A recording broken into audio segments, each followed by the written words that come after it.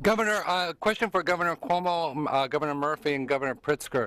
One of the things that's going to be discussed and was already discussed by the mayors and on their mayors meeting, and also at your upcoming visit to the White House, is infrastructure investment.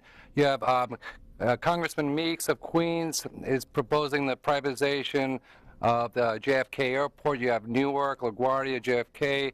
Those would all go a long way to lowering the burden. And then in Chicago, you have Midway Airport that's been on the on the map for privatization or P3 for a long time. Is this one way you could lower the tax burden for the citizens of your state? Well, we're the supply chain hub of the nation in Illinois, and we have to invest in our infrastructure. And our airports are critically important. So are rail. Highways, bridges, and so on. And as you know, you can't underinvest when your distribution centers are important for the nation, and we have manufacturers and so on trying to get their goods to market. So one of the very first conversations, I went to the White House as a new governor. One of the very first conversations that we had there was about infrastructure. That does seem to be something that the administration, at least talks about wanting, but doesn't look like there's much action on that.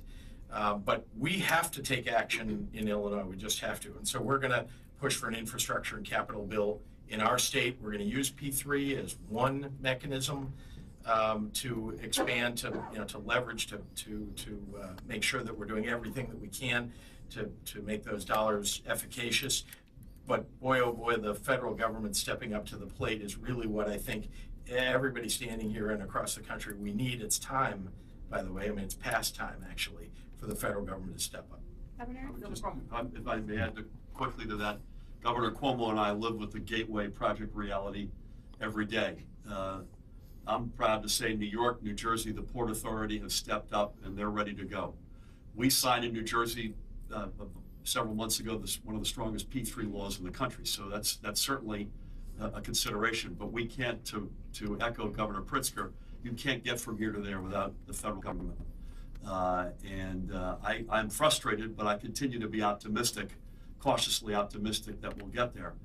It is not just a existential reality for New Jersey and New York. It's 20% of the nation's GDP relies on getting that tunnel upgraded. The current tunnels, which both of us have inspected over the past few months, were built in 1910. Severely damaged in Superstorm Sandy. The rationale for the federal government's investment is overwhelming, and I'm hopeful at least that if we keep pounding away on this, we'll get there. Just one second. Just a comment on this. Let's not mix apples and oranges. This nation is in desperate need of a true infrastructure plan. Every governor on both sides of the aisle would admit that. This is a president who ran for office saying he was going to have a $1 trillion infrastructure plan. Nothing happened. Big zero. Nothing.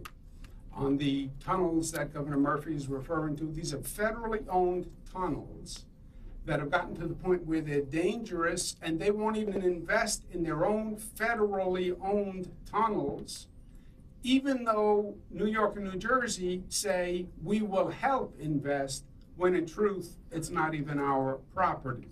So do we all need infrastructure investment? Yes. Will we be creative with P3s? Yes. We're doing it already.